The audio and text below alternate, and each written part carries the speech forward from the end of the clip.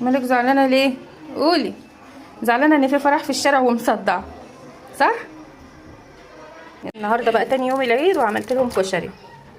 ده بصل عاملاه مقرمش جميل. هنا الرز بالعدس ما شاء الله، حاطه 3 حاجات على بعض، الشعريه والعدس والرز، وبصله بحمرها في البدايه، وصلصتنا الجميله ما شاء الله اللي بنجهزها مع بعض على طول. واخر حاجه المكرونه، حاطه 3 انواع على بعض. تعالوا بقى اقول لكم بقى انا بغرف الكشري بقى. الاول بحط العدس، بسم الله. احط كده ايه حبه حلوين بقى على المكرونه، بسم الله. مالك يا نون؟ ايه سلامة الحلوين. هاخد حبه من الصلصه.